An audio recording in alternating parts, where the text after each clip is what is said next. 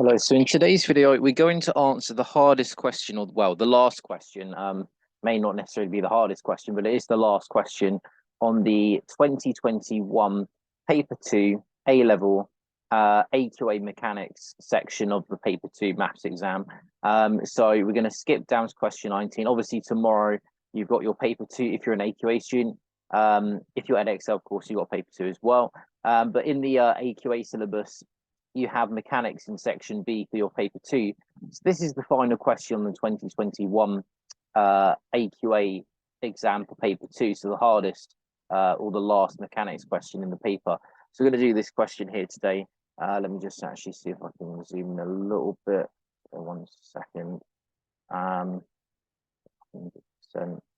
Oh no, sorry, I've gone back to the final, the first page there. Sorry, let me go back there. There we go. Yeah, so we got two skaters, Joe and Amber, and they are separately skating across a smooth horizontal surface of ice. Both are moving in the same direction so that their paths are straight and are parallel to each other. Okay, so we've got two skaters and they're moving in the same direction, so they're parallel to each other. So Joe is moving with a constant velocity of 2.8 in the I direction and 9.6 in the J direction. So I guess we can kind of do like a diagram for this. Sorry, let me get the pen. Actually, what I'm going to do, I'm going to use my zoom to annotate on the side over here. We've got Joe, who's going, let's say, yeah, so 2.8 in the X direction and 9.6 in the Y direction. So, yeah, maybe something like this. So that's going to be Joe's journey. And then we've got Amber as well. So at time t equals 0 seconds, Amber is at the position 2i minus 7j meters and is moving at a constant speed of 8 meters per second. Okay, so yeah, if you think about Amber's position, so put Amber over here. So Amber. So you've got an initial position. So if you think about like the XY axes, so the X axis there, the Y axis there. Amber is initially at t equals 0. So initially Amber is 2 across and 7 down. So if we put like a 2 there and then 7, well, minus 7 on our Y axis.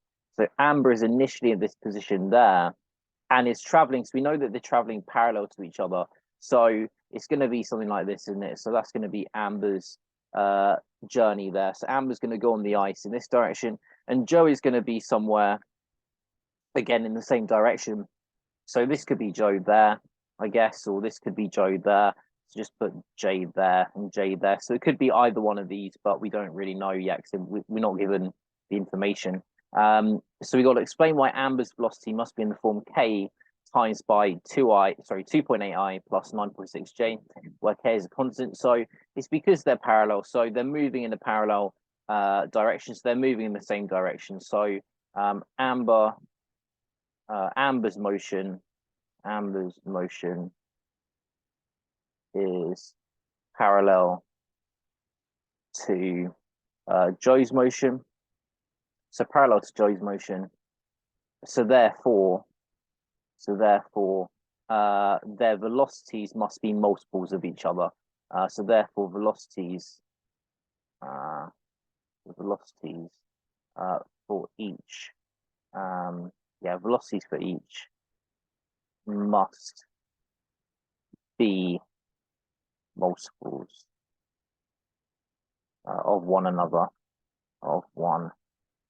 Yeah, so that'd be my answer for the first part there. Just recognizing that because they're parallel, it means that yeah, these vectors must be multiples of each other. So I mean, they could be the same size, or they could be longer or shorter. You have to have this K there, this constant of proportionality, because they're going in the same direction. So that would be the answer to part 1. And then part 2, verify that K equals 0.8. Okay, so when it says verify, we don't have to do any like algebraic proof or any like any real any demonstration. We just have to plug in K equals 0.8 into this and see whether that matches up with this constant speed of 8 meters per second. So that's all we have to do. We just got to plug in. So when it says verify, this word verify, all you got to do is just plug in K equals 0 into this. Do your Pythagoras calculations to get the speed. Does it match with 8? And if it does, then yeah, K equals 0.8 works. If it was a show that question, you would actually have to you would have to, you'd have to use Pythagoras on this vector and then set that equal to 8 and then rearrange the formula to make k the subject to get k equals 0.8. When it just says verify, you can just plug it into the formula there. So we're going to plug in 0.8 times by 2.8 I plus 9.6j. And then if we just expand the brackets, just use my calculator, so 0.8 times by 2.8, that's going to give me 2.24 in the I direction, and then plus 9.6 times by 0.8, so 7.68 in the J direction. Okay, so then now what we're going to do, so we got this, this vector for amber, which is actually smaller. So I mean, if we think about like our diagram here, so Joe is actually Joe travels a longer distance. Well, I mean, yeah, Joe travels a faster speed than not a longer distance, sorry, a faster speed, because the speed is bigger for Joe, because this k equals 0.8 is less than 1. So that means that amber's going to travel at a lower speed. That's what we can say from here, because again, these numbers, this 2.24 is lower than 2.8, and this 7.68 is lower than 9.6. So we know that amber travels at a lower speed.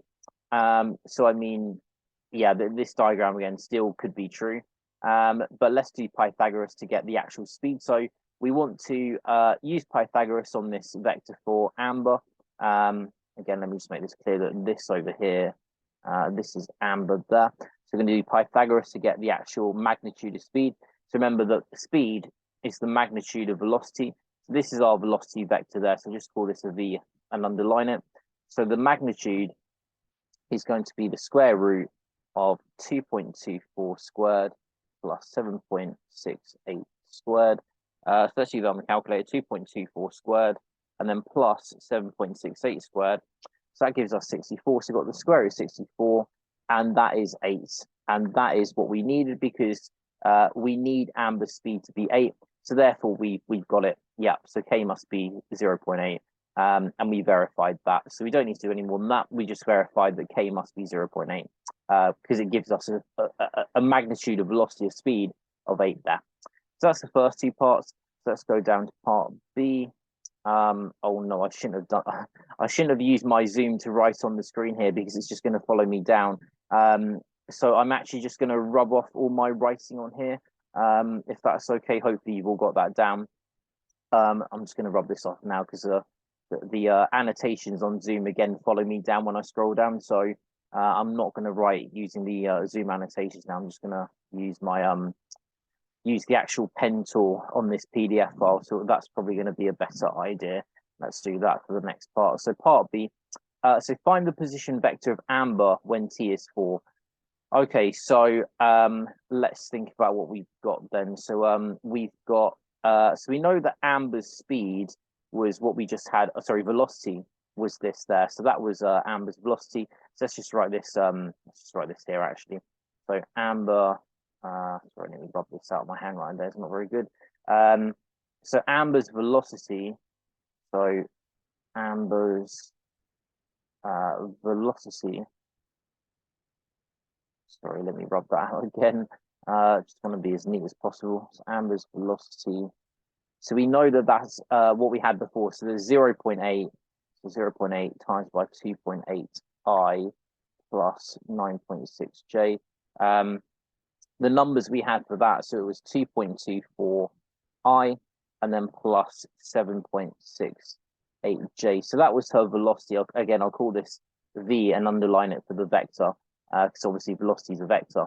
So we've got velocity, and then we want to get the position. So remember that to go from velocity to position, you have to integrate. So remember, that's what we do. So to go from position to velocity, you differentiate, because velocity is the rate of change of your position. It's a rate of change of displacement. But to go the other direction, so from velocity to position, and I'll call position R generally. So when you do that, you generally call displacement S, but generally when you deal with vectors like position vectors or displacement vectors, we generally call them R. So to go from velocity to R, you have to integrate. So you integrate with respect to T. So that's what we're going to do. So to get the R vector, the position vector, we're going to integrate our velocity with respect to time. So that's going to be the integration of this velocity vector here. So integrating 2.24 in the I direction plus 7.68 in the J direction with respect to time. If I just squeeze that in there. Okay, so obviously what we're just doing here, obviously the I and J's are just vectors. They're just like, they're not variables, they're just vectors. So we're just integrating the 2.24 and the 7.68. So when you integrate the number 2.24, what do you get? Well, you get 2.24t. So integrate the number 2.24, you get 2.24t. And then obviously you've got a plus c at the end, because when you integrate without limits on your integral, you've also got a plus c. So call this c1. So this is in the I direction. So remember, the I and J's are just directions. They're not numbers or variables. We don't need to integrate those. And then we've got this J component. So integrate the number 7.68. We get 7.68t. And then plus another c. I'll call this c2. And this is going to be in the J direction. So that's what we get when we integrate that. Now, so what are the C1 and the C2 going to be? So that's going to be the initial position. So the way that this works is that your constants are your initial position. So let's just go back to the question again. So it says that when t equals 0, Amber's position is 2i minus 7j. So what we're going to do is just going to substitute in t equals 0 to find out the C1 and the C2. I mean, it's going to be 2 and minus 7, but let's just demonstrate that just in case you're not sure why that is. So I'm going to substitute t equals 0 into my position vector. So the position vector evaluated at t equals 0. So 2.24 times 0, that's going to be 0. You get 0, and then plus c1 in the I direction. And then in the J direction, so 7.68t, substitute t equals 0 into that. That disappears, that becomes 0. So you get 0 plus c2 in the J direction.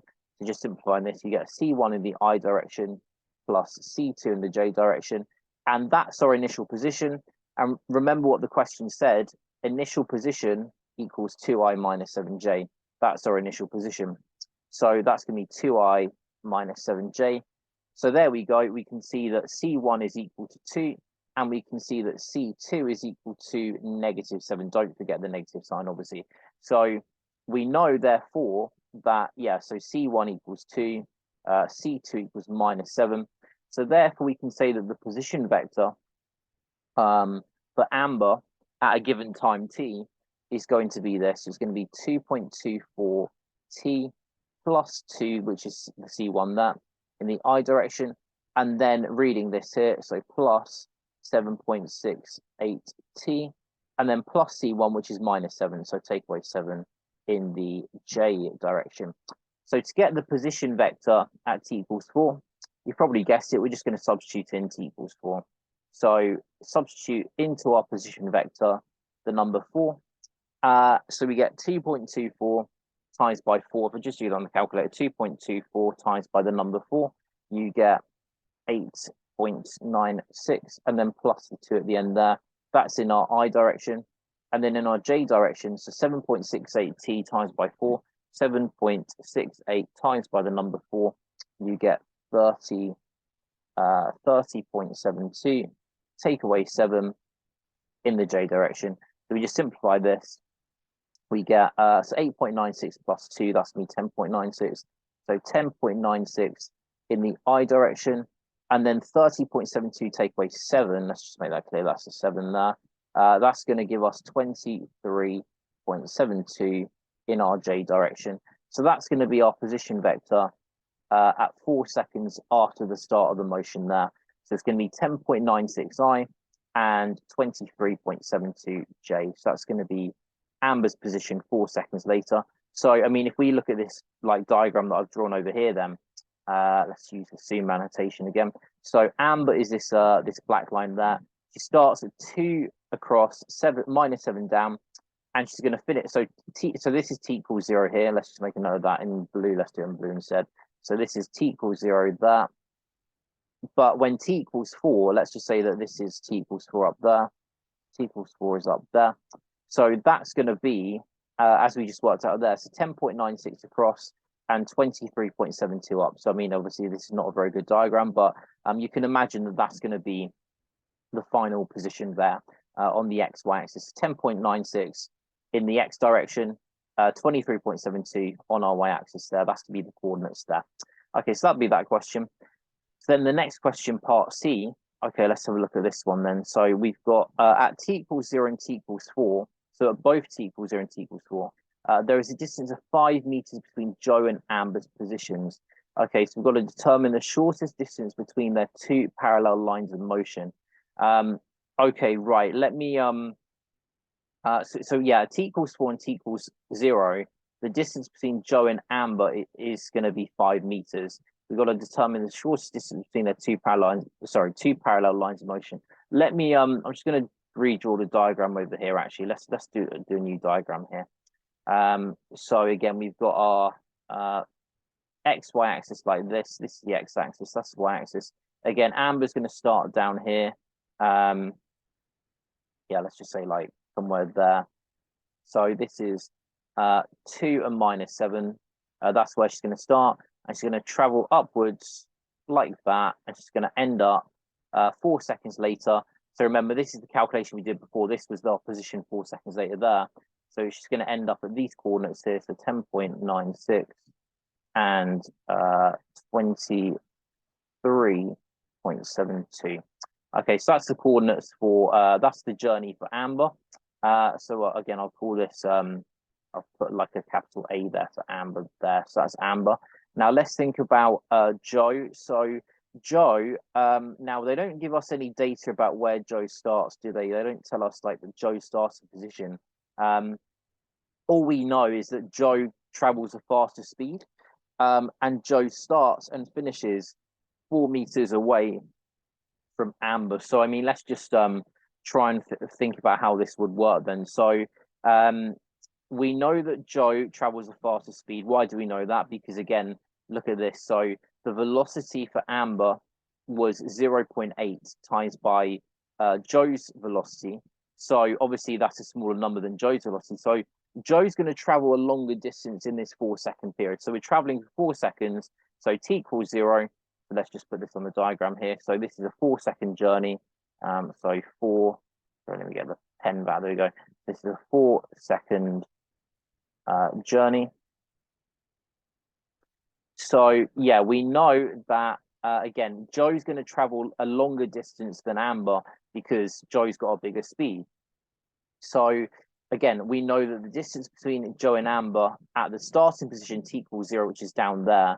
So this is t equals 0 down there, and this is t equals 4 up there. So it's 5 meters away. So I mean, let's just, again, we don't know the real starting position for Joe. Let's just pretend it's here. I mean, let's just pretend that Joe starts like here. So Joe's going to start there at t equals 0. We don't know what coordinates this is, but we know that this is 5 meters away from Amber. So we know from the question that this is 5 meters.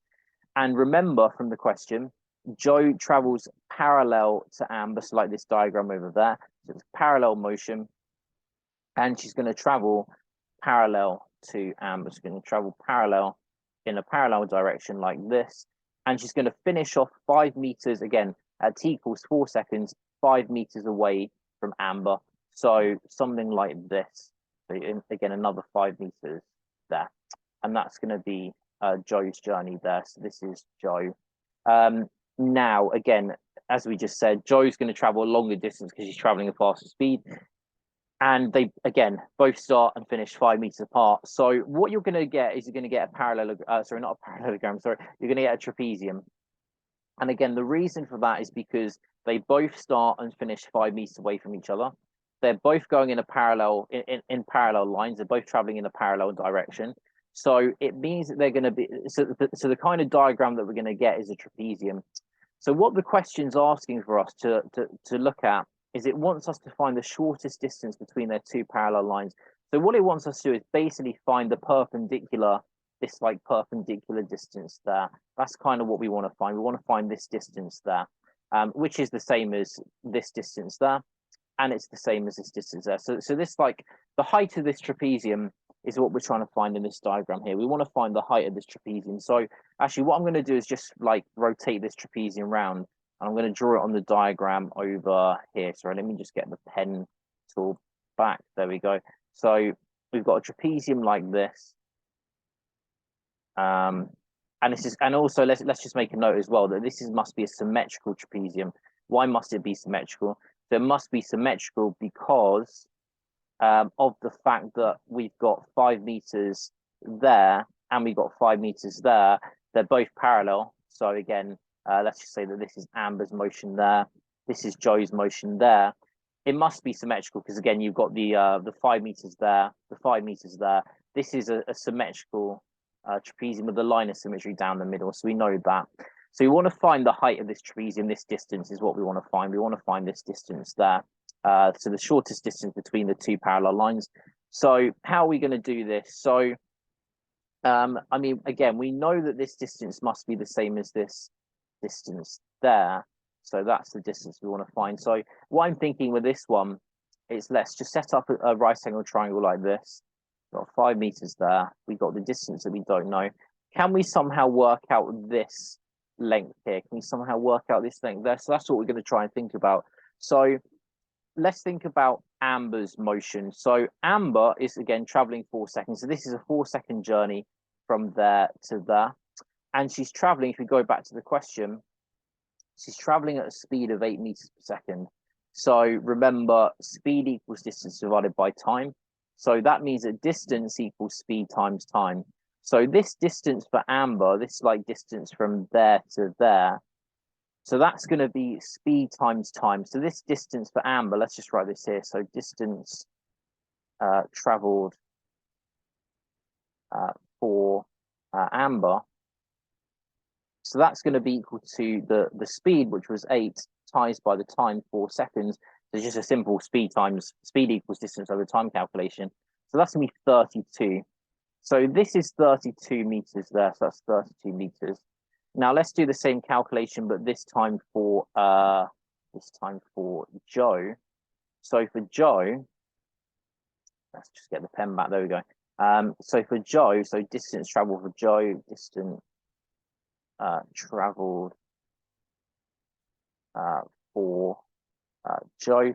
So that's going to be equal to, sorry, let me just make that E a little bit neater. So distance traveled for Joe, that's going to be again distance. So distance equals speed times time. So again, we got a time of 4 seconds. Now, what was the speed for Joe? So we're going to have to use Pythagoras, aren't we? So we actually don't know the speed yet. We know the velocity is 2.8 I, 9.6 J. So the speed for Joe, so speed for Joe, let's just write this up here. So speed for Joe, that's going to be equal to, so again, using Pythagoras, square root of 2.8 squared plus 9.6 squared. Now let's just work this out in the calculator. So 2.8 squared plus 9.6 squared. And then, well, okay, that's going to give us 100. So we get the square root of 100, which is going to be 10. So Joe's speed is 10 meters per second in this journey here. So we know that the distance traveled with Joe is going to be speed, which is 10. We just worked out that the speed of the journey that she travels, the constant speed of Joe is 10 using Pythagoras. And then we're going to times that by the time, which is 4. So the distance traveled by Joe is 40 meters. Okay, so 32 meters for Amber, 40 for Joe. So this distance down here for Joe is 40 meters. Okay, so we've got, again, this kind of trapezium, 32 on the top, 40 on the bottom, 5 on this diagonal, 5 on this diagonal. It must be symmetrical down the middle, so we've got a line of symmetry down the middle. So what can we say then if we draw this trapezium out again? So I feel like I've made a mess with that diagram there. So we got, again, 32 up there. We got 40 down there. We got 5 there. We got 5 there. We want to get this height. So again, because of our line of symmetry down the middle, it means that here, this distance there must be 20, and that must be 20 there. And it means that this distance from there to there must be half of 32, which is 16, and that must be 16 there as well. So that means that the gap, so like if I use a different color now this time, so the gap here must be 20 take away 16, which is 4. So with this triangle here, what we've got is you've got 5 there, we got 4 there. We want to find this this shortest distance between the parallel lines, so this height, basically, this trapezium. So again, we've got a right angle triangle there. To get this missing height there, it's going to be Pythagoras. So the question mark, or the distance, just to say that d equals this question mark, which is the square root of 5 squared, take away 4 squared. So the hypotenuse squared, take away the smaller side squared. If you work this out on the calculator, you should get the square root of 9, so you should get 3. So your final answer to this question is going to be 3 meters. So 3 meters is your smallest distance between the parallel lines there. So quite a tricky question, because it's quite a tricky question to kind of visualize what you need to do with that one. But the key thing with that one is because they both start and finish 5 meters apart from each other, and they're both parallel, you must have a trapezium. So it must be a trapezium. So 5 meters apart at the start, 5 meters apart at the end. They're traveling parallel in a parallel motion. That is essentially what a trapezium is. So you've got a symmetrical trapezium that is symmetrical down the middle. It's just a case of working out the distances between, well, the distance traveled for Joe, the distance traveled for Amber. And then from there, you can say, well, we want to get the height of that trapezium. We want to get this gap.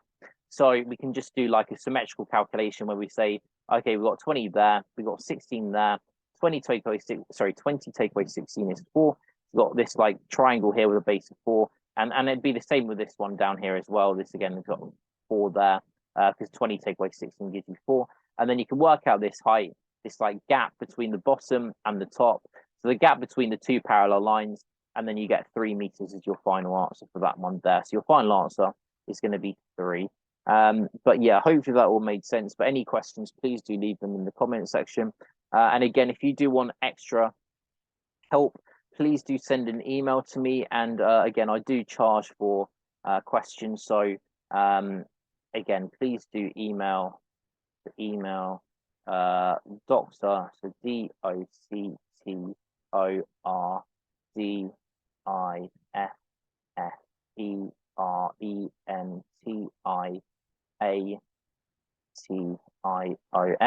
so Doctor Differentiation at gmail.com. And remember that if you want help with your any questions, any exam questions, any homework questions, remember it's £1 per mark that I charge. So £1 per mark is the price that I charge, and you pay me to PayPal. That's how you pay me. So you pay me on my PayPal, which I'll put in the description. I'll put the link to my PayPal in my description. But you do, if you do need any help, please do not hesitate to send me an email about any questions, and I can answer you. I can get back to you, help you out with the question that you want, and it's £1.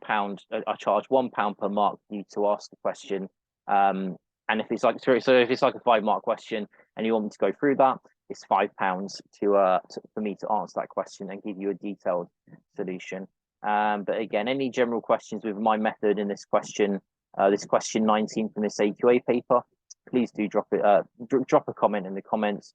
And good luck for your exam, your paper 2 exam tomorrow. So obviously today is the day before the 2023 paper 2 exam. So if you do need any like assistance with how I've done this question, drop a comment in the comment section, or for longer questions, drop me an email at doctordifferentiation@gmail.com, and please do so, and then we can arrange the payment, how you will pay me for answering that question. So thanks a lot, and again, good luck with your A-level maths exams.